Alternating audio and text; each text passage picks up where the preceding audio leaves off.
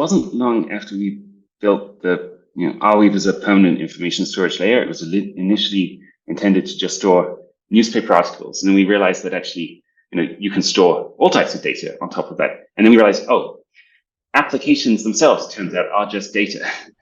And so it wasn't long before people started to build full web applications on top of the system that were fully decentralized and ownerless. And these are kind of an analogy to the decentralized financial applications on Ethereum. Ethereum focus and other smart contract systems.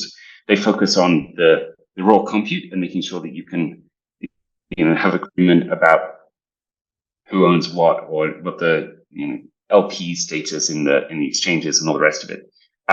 But Arweave does the same thing except for web services.